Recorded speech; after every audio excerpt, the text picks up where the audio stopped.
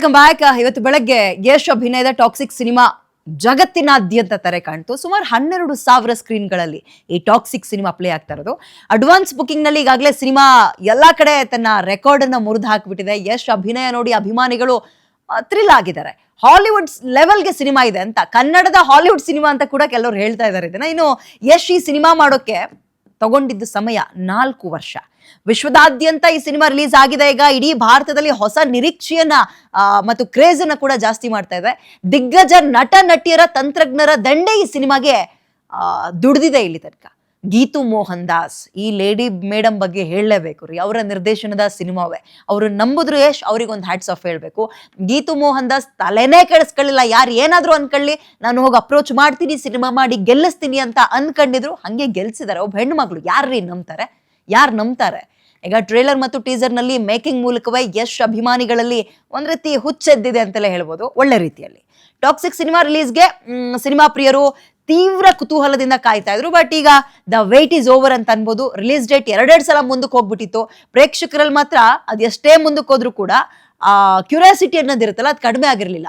4 ವರ್ಷ 4 ತಿಂಗಳಿಂದ ಕಾಯ್ತಾ ಇದ್ರು. ಈಗ ಬರುತ್ತೆ, ಈಗ ಬರುತ್ತೆ ಅಂತ. ಈಗ ಹಬ್ಬದೂಟ ಅನ್ನೋ ರೀತಿಯಲ್ಲಿ ಟಾಕ್ಸಿಕ್ ರಿಲೀಸ್ ಆಗಿದೆ. ಬೆಳಗ್ಗೆ ಇದ್ದಲ್ಲೂ ಸಿನಿಮಾವನ್ನ ನೋಡ್ಕೊಂಡು ಬಂದವ್ರು ನೋಡ್ತಾ ಇದ್ದೀರಿ, ಸ್ಕ್ರೀನ್ಗಳಿಗೆ ಹೂವಿನ ಅಭಿಷೇಕ ಅಂತೆ, ಹಾಲಿನ ಅಭಿಷೇಕ ಅಂತೆ. ಇದು ನಮ್ಮಲ್ಲೆಲ್ಲ ಕಾಮನ್ ಬಿಡಿ. ಅವರ ನೆಚ್ಚಿನ ಸಿನಿಮಾದ ಹೀರೋವಿನ ಸಿನಿಮಾ ಬರ್ತಾ ಇದೆ ಅಂದ್ರೆ ಇವೆಲ್ಲವೂ ಕೂಡ ಕಾಮನ್.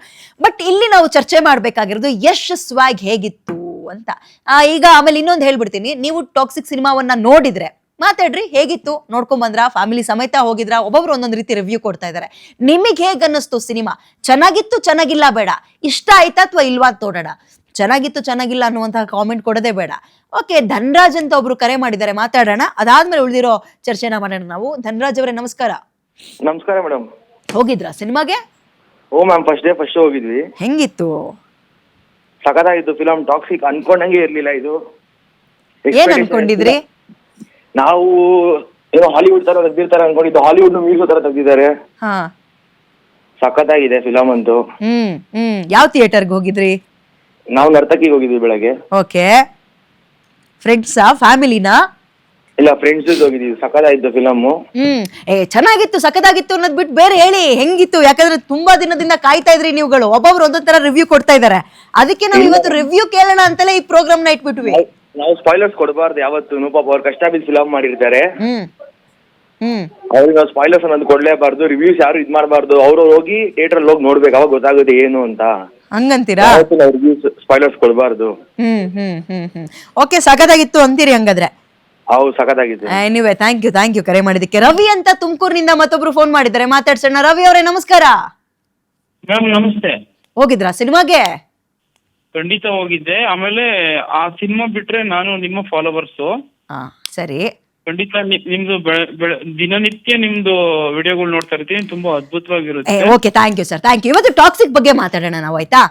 ಹೆಂಗಿತ್ತು ಸಿನಿಮಾ? ಫ್ಯಾನ್ಸ್ ಜೊತೆ ಹೋಗಿದ್ರಾ, ಫ್ಯಾಮಿಲಿ ಜೊತೆ ಹೋಗಿದ್ರಾ? ಫ್ಯಾಮಿಲಿ ನೋಡಕ್ ಸ್ವಲ್ಪ ಕಷ್ಟ ಆಗುತ್ತೆ. ಹಂಗಂತೀರಾ? ಹೌದು, ಯಾಕೆಂದ್ರೆ ಕಿರಾತಕನೇ ಬೇರೆ, ಟಾಪಿಕ್ ಬೇರೆ. ಸರಿ ಸರಿ. ಕಿರಾತಕನೇ ಬೇರೆ, ಟಾಪಿಕ್ ಬೇರೆ. ಇನ್ನೊಂದ್ ಏನಪ್ಪಾ ಅಂದ್ರೆ, ಯಶ್ ಅವರು ಇನ್ನೂ ಸ್ವಲ್ಪ ಮಾಡ್ಬೋದಾಯ್ತು. ಯಾಕೆಂದ್ರೆ ಅವರು ಬ್ರಿಲಿಯಂಟ್ ಇದಾರೆ. ಯಾಕೆಂದ್ರೆ ಒಂದ್ ಕಡೆ ಕನ್ನಡದ ಹುಡುಗ ಅಂತ ಖುಷಿ ಪಡೋನು, ಇನ್ನೊಂದ್ ಕಡೆ ಬೇಡ ಅನ್ಕೊಳ್ಳೋ ಒಂದು ಅರ್ಥ ಆಗ್ತಿಲ್ಲ. ಯಾಕೆಂದ್ರೆ ಇಂಟರ್ವಲ್ ವರ್ಗು ತುಂಬಾ ಚೆನ್ನಾಗಿ ತಗೊಂಡೋಗಿದ್ದಾರೆ ಮೂವಿನ. ಇಂಟರ್ವಲ್ ಆದ್ಮೇಲೆ ಹುಚ್ಚನು ನೋಡಕ್ಕಾಗಲ್ಲ. ಹಂಗಂತೀರಾ? ಯಾವ್ ತುಂಬಾ ಇಷ್ಟ ಆಯ್ತು? ಇಲ್ಲ, ನಾನು ಹೇಳ್ತಾ ಇದೀನಲ್ಲ, ಇವಾಗ ಏನಾಗಿದೆ ಅಂದ್ರೆ ಇಂಟರ್ವಲ್ ವರ್ಗುನು ತುಂಬಾ ಸ್ಟೋರಿ ಇದೆ, ಸ್ವಲ್ಪ ತಗೊಂಡೋಗಿದ್ದಾರೆ. ಇಂಟರ್ವಲ್ ಆದ್ಮೇಲೆ ಅಂತೂ ಮೂವಿನೇ ನೋಡಕ್ಕಾಗಲ್ಲ. ಯಾಕೆಂದ್ರೆ ಇವಾಗ ನಾನು ಏನಕ್ಕೆ ಕೇಳ್ತಾ ಇದೀನಿ ಅಂದ್ರೆ, ಅವರು ಇವಾಗ ಹಾಕಿರೋ ಬಂಡವಾಳ ಖಂಡಿತ ತಗೊಂತಾರೆ. ಯಾಕೆಂದ್ರೆ ಅವ್ರಿಗೆ ಫ್ಯಾನ್ಸ್ ಫಾಲೋವರ್ ಇದೆ. ಮತ್ತೆ ಇವಾಗ ಏನಿದು ಎಷ್ಟು 45 ಏನೋ ದೇಶನ ಏನೋ ರಿಲೀಸ್ ಆಗಿದೆ ಅದು. ಹಂಗಾಗಿ ಅವರು ಅದನ್ನ ತಗೊಂತಾರೆ, ಅಮೌಂಟ್ ತಗೊಂತಾರೆ. ಬಟ್ ಯಶ್ ಅವ್ರ ನೇಮ್ ಹಾಳಾಗೋಗುತ್ತೆ. ಹಂಗಂತೀರಾ? ಹೌದು. ಇವಾಗ KGF ಪ್ರಶಾಂತ್ ಲೀಲ್ ಅವರು, ಇವಾಗ ಪ್ರಶಾಂತ್ ಲೀಲ್ ಅವರಿಂದ ಇವಾಗ ಒಬ್ಬ ನಿರ್ದೇಶಕನಿಂದ ಒಬ್ಬ ನಟ ಹುಟ್ಟೋದು. ಒಬ್ಬ ನಟನಿಂದ ನಿರ್ದೇಶಕ ಹುಟ್ಟಲ್ಲ. ಹ್ಮ್ ಹ್ಮ್ ಹ್ಮ್ ಒಬ್ಬ ಕತೆಗಾರನಿಂದನೇ ಒಬ್ಬ ನಟ ಹುಟ್ಟೋದು. ಒಬ್ಬ ನಟನ ಸೃಷ್ಟಿ ಮಾಡಕ್ಕೆ ಶಕ್ತಿ ಇರೋದು ಒಬ್ಬ ನಿರ್ದೇಶಕನಿಗೆ ಮಾತ್ರ ಸಾಧ್ಯ. ಗೀತು ಮೋಹನ್ ದಾಸ್ ಒಬ್ಬ ಹೆಣ್ಣು ಮಗಳು ಲೇಡಿ ಹೆಂಗ್ ಮಾಡಿದಾರ ಸಿನಿಮಾ?